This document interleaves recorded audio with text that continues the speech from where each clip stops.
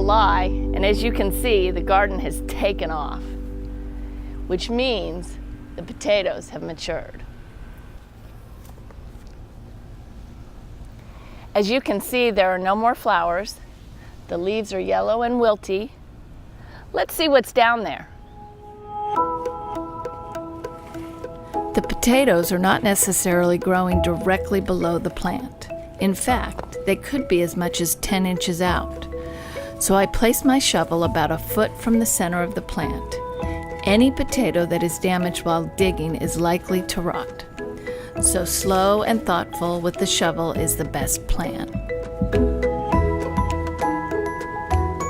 After tipping the plant, I reach down into the ground and search with my fingers. It is so fun and rewarding to lift these vegetables out of the dark earth.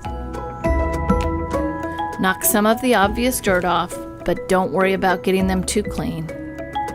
Over-cleaning potatoes removes a protective coating on the skins, which can make them susceptible to bacteria.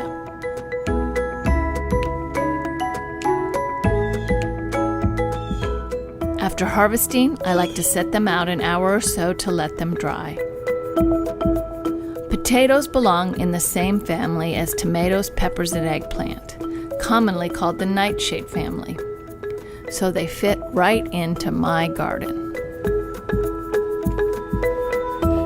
Boy, am I dirty and sweaty, but look at all these potatoes. It's like digging for gold.